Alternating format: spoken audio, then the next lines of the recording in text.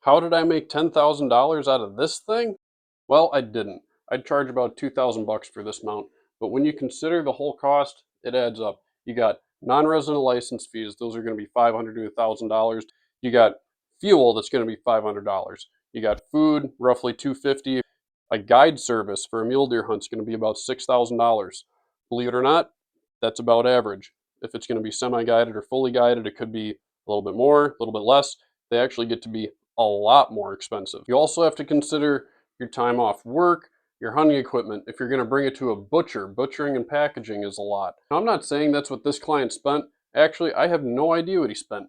In fact, if you're a true DIYer and you don't want to mount your trophy, you could complete a hunt like this for thousands of dollars less.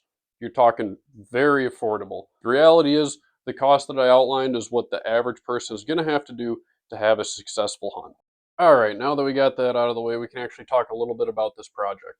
This project came with a lot of intricacies, a lot of unknowns, things I hadn't done before.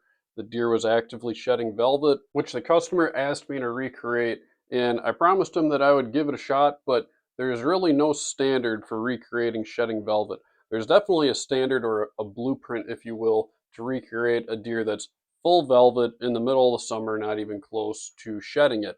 But when it comes to it dying and falling off the antlers, there really isn't a standard. I talked to a couple different taxidermists. They gave me a couple ideas, and ultimately what I ended up doing was experimenting, a lot of trial and error, and eventually I came up with something that worked pretty well. I'm not going to go through all of it in this video.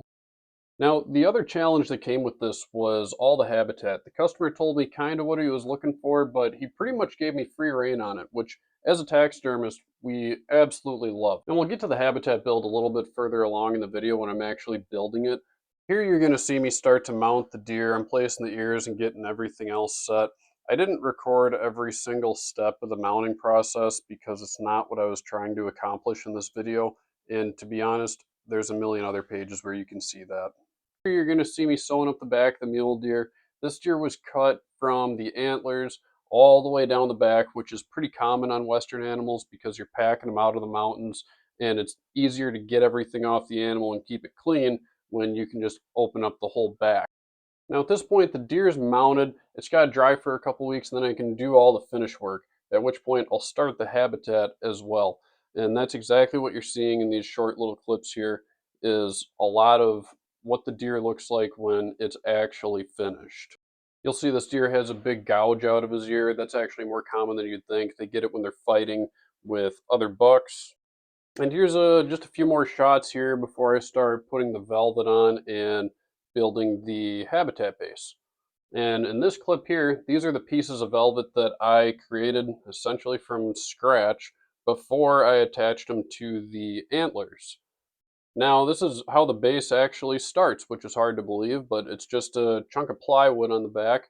Here I'm putting some glue on the rocks, deciding exactly how the rocks are going to be placed. I purchased 3 artificial rocks, which still need to be painted. You're going to see 2 of them there, and there's the third one.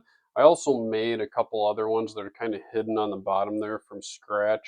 Now you're going to start seeing the habitat come together in different phases. I've got some different layers of paint on here. I painted all this by hand to get the right shale type coloring that comes from where this deer was killed. That is the Colorado State flower. I thought that was a nice touch. You're starting to see some pine come in here along with some little pieces of grass on the bottom. Now the habitat is complete and here's the final product. The deer mounted on the habitat, the velvet installed, and I was pretty thrilled with the way this turned out. The customer was too. In fact, his first words were, "Wow, that looks like show quality." This was definitely one of the most challenging projects I've had so far, but probably my favorite.